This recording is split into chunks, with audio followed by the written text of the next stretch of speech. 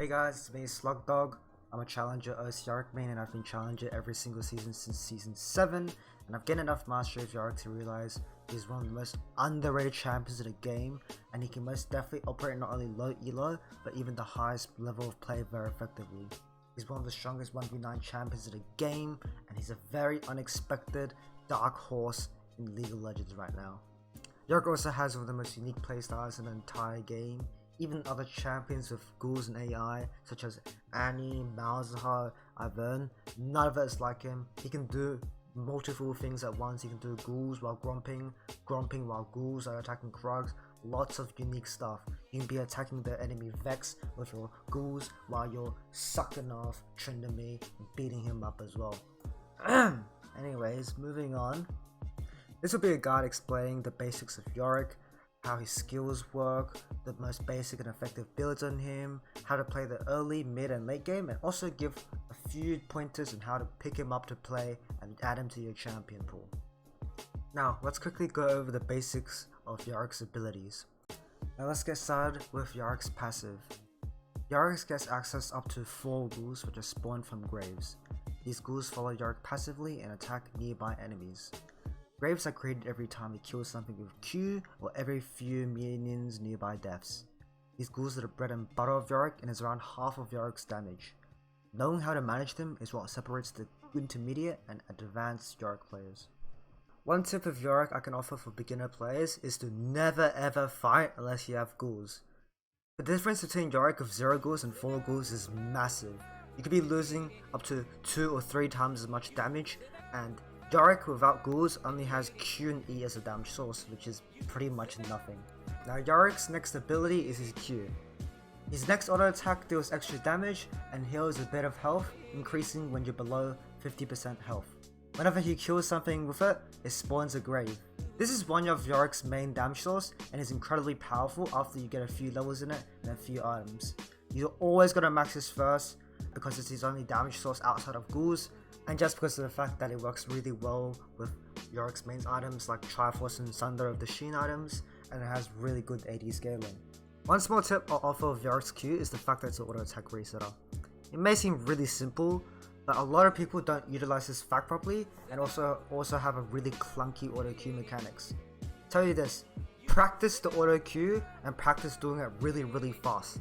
It's going to be really important because it's going to affect your tower breaking skills, 1v1s of champions, CSing, everything. It's the most vital thing about Yorick, and it will help you a lot if you can do a super fast auto Q. Now onto Yorick's next ability, and probably my favorite one of his kit, his W. All it does is Yorick spawns a breakable cage. Now this might seem really weak, but it's arguably probably one of the strongest abilities in the entire game. It has insane versatility because it spawns terrain which your teammates can walk by. This means Yorick can use this as a defensive tool to kite around in and out of the cage, or even go really aggressive, put around the enemy and just kill them, get them stuck in the cage, alright? Now this ability has pretty much an unlimited skill cap. It's what separates the best Yorick and the bad Yoricks, right? The only tip I can give is to be really creative with it. You gotta think outside of the box. Sounds kinda weird, considering it is a box. Okay, we'll move on to that, right? Think about it though. It can block out entire entrances of entire areas. If an enemy tries dashing on you while you're inside the cage itself, they'll be stuck in the cage, right? So you can kite in and outside of it and just bait them in and stuff like that. How you use it is really important. You only get 1 per fight usually, so you gotta try and make the most use out of it. It's a fun skill to use, but a very punishing one if you don't know how to use it properly, yeah? And the next ability is of course his E. Yorick throws a rectangular shape of dark mist, dealing % health magic damage and causing the enemies at the target location to take increased damage from ghouls and to also be targeted by the ghouls. This is Yorick's main way of engaging and also poking the enemy. It allows Yorick to deal with ranged matchups, and it's also one of the only ways you can manipulate the ghouls AI. To play Yorick, you're gonna need to know how to land this, so I'll offer some quick tips on how to land it, yeah? The biggest tip about that with landing E is to always throw it when the enemy is distracted. For example, when the enemy is getting a CS, mid-animation of a skill, then it's a perfect time to throw E and try and land it, alright? The second tip I want to give for landing Yorick E is if you're closer to an enemy, the faster Yorick E is going to land. For example, if you throw it at the base of your feet, it's of course going to land a lot faster than if you throw it at max range, right? So try to get as close to the enemy as possible before you toss your E. Now the final ability, Yorick's ultimate. Yorick summons a few ghouls and the Maiden of the Mist that follows him and does magic damage to whatever Yorick attacks. Any enemy that dies in its range spawns a ghoul, and whenever Yorick hits something Maiden has attacked, it also does increased percent health magic damage, similar to something like Callisto W. Now this is Yorick's second main damage source. Maiden provides a crap load of damage, while also allowing Yorick to get a steady supply of ghouls constantly. It's super strong because it provides the magic damage Yorick needs so that enemies can't stack armor. Now moving on to skill order. Skill order is going to be very simple. Alt over Q, and then depending on the champion, if they're mobile or not. If they're mobile, you're going to go E max after your Q. If they're going to be very immobile, you're going to go W max after your Q. For summoner spells, we have two options, TP Flash or TP Ignite.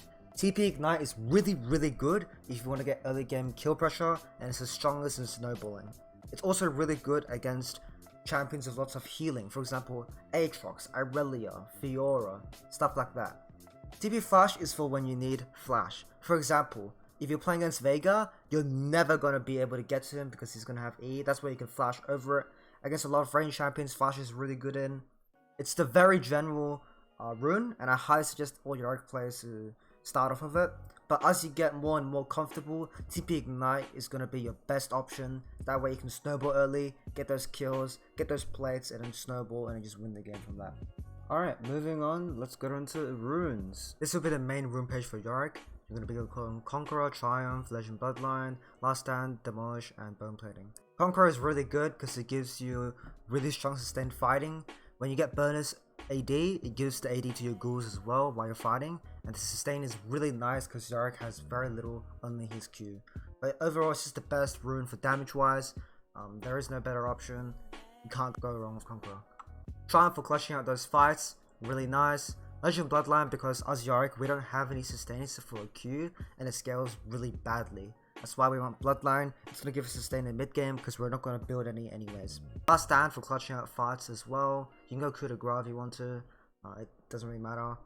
And Demolish is really nice because Yorick's main identity is split pushing.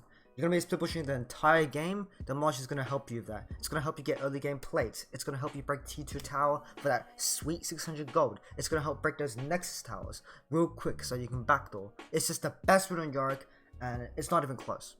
Now for the last one, it's flexible. You can go bone plating against a lot of bursty melee matchups, stuff like that. Second win against a lot of ranged poke, and conditioning if you're confident that you can scale and you don't need these two to survive lane. Unflinching is going to be really nice for you if you don't want to build mercs, but you need tenacity. For example, let's say the enemy has like 5 AD champions, but they have a lot of CC. Then you'll go tabbies and then you go unflinching. Now moving on to the Yorick builds. Itemization on Yorick is going to be quite simple, so let's just start off real quick, alright? We're going to go Longsword or Refillable as starting items. Longsword is really broken because it builds into every single item we really want. But the most important part about it is that it gets into Hullbreaker really nicely. So after we get Longsword, Hullbreaker becomes 2.4k gold. This is really good because that means we can get it before anyone else does, before anyone gets their first item power spikes. So imagine this. You're playing Yorick with a Hullbreaker, the enemy is at Sheen Phage. You're going to be obviously much stronger than them. You have much better stats, and you're going to do a shitload of damage with towers. Right? Very broken. It gives you lots of damage, gives you lots of defense. Now onto our first Yorick build, it's going to be this, right? Triforce is going to be really nice. Makes the Q really strong, works on towers, perfect, right? We're going to go Steel Cap, or we're going to go Mercs, depending on the matchup. Steel Cap is generally good against all AD champions. Mercs is good against magic damage champions, a lot of CC. Now the next item is going to be Grudge. Grudge is really good on Yorick because Armor Pen works against towers, gives us ability haste and damage, but the most important part is the slow. Now the reason this slow is so important is, oh, why does it matter? Your E already slows them, right? The thing is, ghouls slow them as well. This makes it so that your ghouls slow them when they attack the enemy. Now this makes it a really nice combo because it's going to let you be able to chase enemies down, poke a lot more harder with that Armor Pen. It's just perfect, right? Your ghouls are going to be a lot more lethal. Now the next item is going to be really nice. It's going to give us a bit more health and makes our ghouls a lot more lethal. Really good item, just gives us everything we want. You might be thinking, oh, double armor pen item, don't they like work badly together? The fact of the matter is, these items are so good on Yorick, it's just good to build them both. That's how insane they are, right? Now last item is really flexible. You can go an MR item, Death Stance, GA, a lot of good options, right? I tend to go GA a lot because late game GA is the most important, but Stone Plate is definitely one of your best options as well, right? Now the next build is gonna be not that much different, but a very popular one that I really enjoy playing. Obviously it's gonna always be a Hellbreaker first item. Eclipse is really good on Yorick. The reason it's so good on Yorick is because it gives you the lethality for that massive kill pressure against squishies, but also it gives you a little bit of tankiness because of the shield you get from Eclipse, right? It also gives us sustain as well, which is really good. Now I've got a Cleaver as well. Cleaver works really nice with Eclipse. Cleaver lets you lower their armor into the Eclipse lethality smash with this, right? Really beautiful combo. Gives us the ability haste that we're missing from our first two items as well. Gives us a bit of tankiness, beautiful. And then Death Stance. This is flexible for more Memorius and stuff against Magic champions. Death Stance is just insanely good item. It's going to give you a lot of healing now that we have a lot of AD in our items, right? And it's just going to make you really tanky and annoying to deal with. Obviously last item GA. You can't go Stone Plate in this build just because it doesn't have much health. This can also be flexible with another tanky item like more Memorius. But other than that, this will be the build, yeah? Now the last build I have is going to be Prowlers. Now, funnily enough, Prowlers can be intermittently put in the first item as well. You can go first item. But you should only do this when you're hard snowballing. Hard snowballing against a squishy champion. Next item is going to be Grudge. Armor Pen works really well with the lethality you get from Prowler's Core. The reason why Prowler's Core is so good is because of the Mythic passive. If other items are lethality. This, in tandem with this, makes it so that you're going to have like 40 or 50 lethality at the end game build, but you're going to be having a lot of armor pen. You're going to be really tanky. It's just really broken overall, right? Lets us also gap close against a lot of champions, which is really important because Yorick has no dashes, right? This is a really fun item to play with in general as well. It's really nice, yeah? And we're going to go Death Stance. Sometimes I go Cleaver depending on how tanky they are, but Death Stance makes you a lot more tanky, so that's why I like it. And GA always is the last item in this build. Because we're going such a fragile build and our only tankiness is in Hellbreaker or Death Stance, GA is really good because ghouls are going to be active while you're dead as well. It's going to be really important for the backdoors as well. Now here's all the legendaries and items you should be really going only. Serpent's Fang gets a lot of shielding, Mormons against MR, Death Stance against a lot of AD, GA as a last item, Cleaver is just really good, Chemtex is a solid item as well, Heavy AD, if you're snowballing really hard, solid item if you're snowballing a little bit-ish, and Stone Plate, if you're going a bit of health but you want a lot of tankiness, Stone Plate's amazing. And Bramble, if in very niche scenarios, if you're really behind and you need Grievous Wounds, Bramble is a really good option, yeah? The general progression I'm going to give for the builds though is to always go this build. Once you get a bit more comfortable with Yorick, go Eclipse, and after you become really comfortable and proficient, you understand how to get ghouls and how Yorick works, that's when Prowlers is going to be your best bet, yeah? Alrighty, so now I'm going to move on how to play the different phases of the game as Yorick, and what to do, and how to make an advantage, etc, create pressure, and how to just win the game from different positions, yeah? In the early game, you're going to be looking to play very safe. That is until you get 4 graves in the area. When you got 4 graves, whether you get them from passive or Q, you can start to play backwards. You can start to fight back.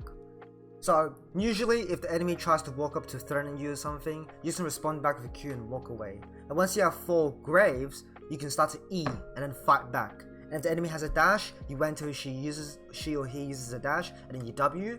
If they don't have a dash, you W and just instantly start threatening them, right? Remember, a lot of Yorick's damage in early game is in his ghouls. It's not in his Q, it's not in his E, it's in his ghouls, right? So if you fight without ghouls, you're going to be losing a lot of damage. That's why a lot of Yorick players find in common, and whenever I review VODs, a lot of Yoricks I see try to fight early game and they just die for no reason, alright? Just a small reminder to always auto attack reset with Q. Early game, it's really important because you don't have that much damage, and every single bit of damage you do to the enemy accumulates. After that, you might get a kill or 2. Regardless, you're going to try to get level 6 ASAP. Once you're level 6, all the power goes to you now. no one in the early game can beat Yorick with minimum 4 ghouls, alright? So then you can start pressuring them, and if they ever try to fight you, just kill them because you're level 6 Yorick with it's about playing like, it's like playing against 2 champions when you have minimum 4 ghouls, right? No one will beat you. After you pressure them and get a bit of money, you can start to get that Hull Breaker really nicely, right? Hull Breaker Rush is really broken because you're gonna be such a massive stat stick, no one's gonna be able to beat you.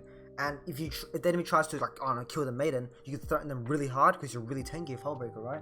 You do a lot of damage still. You're gonna use that combined with cannon waves to threaten the tower and to threaten plates. You can try to hit them on the tower a little bit, maybe poke them. Just be careful to know your limits, and you can get those plates. Just a reminder that if you can ever kick them out of lane by poking or something, you're gonna be able to get plates, and you're gonna get a lot of money from Demolish and Hull Breaker and just hitting the towers. Yorick, right? Yorick does a shitload of damage to towers. Now let's go over the mid game. In the mid game, you should always be in the side lane. You're gonna be threatening the tier 2 towers. You're gonna be on the opposite side of the main objective. So when Baron's up, you're gonna be bot. When Dragon's up, you're gonna be top. You know? Always stay away from the main objective and stay away from your team. You wanna be alone. You don't want anyone near you. Now you're gonna look for opportunities to get that tower. For example, when the enemy's fighting, skirmishing, you know, do a little tussle at Baron. You're gonna be fighting, right? You're gonna be trying to get that tower. You're gonna be attacking when the enemies are fighting for your team, so the enemy's forced to make a decision. So they're gonna deal with you and lose objectives on the other side of the map, right? So they're gonna lose Dragon or Baron, or they can try to keep team fighting. But regardless of how the team fight goes, they're gonna always lose out on the side lane. That way, you'll always get something in return, even if you win or lose, right? Now, let's say they have someone dealing with you. What do you do then? If someone's dealing with you, you're gonna try to look to get camps, take some money XP, and you're gonna look to push. That way, that laner is forced to do nothing. He can't do anything, he can't help the team or anything, right? And you can start threatening him if ghouls, poking with E and poking with Q. Just be careful to take it slow. You're in no rush, right? As long as you're conscious of the map and you understand what's going on, you'll be fine. For example, if there's 3 people missing on the map and they haven't been sighted for a really long time, that's when you have to play safe. But let's say you see 4 people in the map, right? You can start pushing.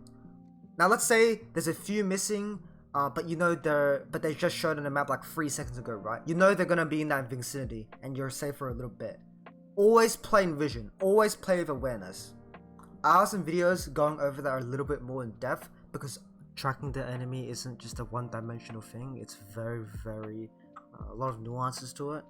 If you ever struggle with it, if you ever curious like, oh, I don't know what I'm doing, feel free to ask me, DM me on Discord, come on my Twitch, feel free to ask questions. Anywhere in the comments, it's completely fine, I'm down to answer, right?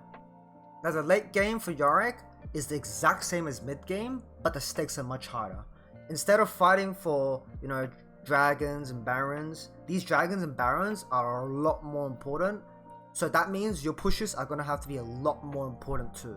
So what I mean by that is you're going to be threatening to end the game rather than trading towers. For example, let's say Elder Dragon's up, right? If top lane's fully pushed up, you're going to keep on pushing and threaten to end the game.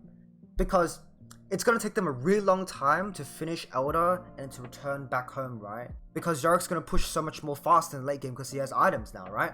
Be a lot more careful because if you get caught out, it's very likely you're going to lose a main objective as well. But vice versa, the enemy has to be very careful too because you can just threaten to end the game straight up. Now for our last part, we're just going to go over combos real quick. They're nice and simple, so it will be quick. Alright, so the first combo is really simple. Auto Q. Do it as fast as possible. It's going to be the most important combo. Auto Q, you're going to do it lots of times. You're going to fuck it up sometimes, but it's okay. You get better as you go, alright? And the next combo is going to be Auto Q W. So the reason why this is a combo is, what the fuck, Scuttle? Is you can just use the Q animation during your W. It's going to look, it'll hide the W animation of putting your hands up, so it'll show real quick. It's a lot more hard to see. Our next combo is going to be E Auto Q, so we're going to E Auto Q. The reason this is a combo is because when the ghouls leap from your E, your Auto Qs be going off at the same time. It's going to be a really big shock of damage, right? Again, we'll show it E, and then we're going to be Auto Q. Alright.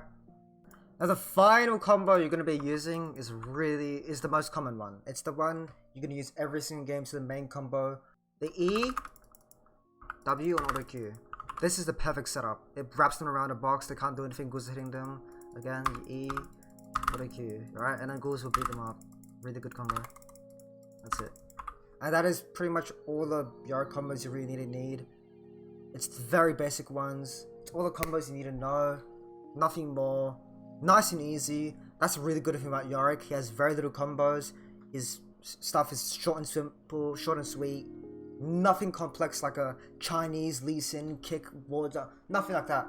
Just E, auto Q. Maybe put in the W every now and then. That's it. Anyways guys, that's the end of the video. I really appreciate you guys taking the time to watch this. I spent a fuckload of hours on this. And I really gotta appreciate it, right? As usual, if you guys do enjoy this video, please leave a like, comment, you know, share it with your friends or something, subscribe. I really do appreciate it. This is something I've been working on for a really long time and I wanted to put out. So thank you for enjoying my content. Remember, if you guys have any question, feel free to put it down in the comments. I read all the comments, even the negative ones. I probably won't reply to those ones, but like if you're gonna ask a question, yo, how can I do this? I'll gladly help you out. But if you ever want to ask me personally, feel free to message me on Discord or just come on my Twitch. You know, come on my Twitch, talk to me there. Anyways, guys, thank you for watching, and as usual, have a nice day and good luck.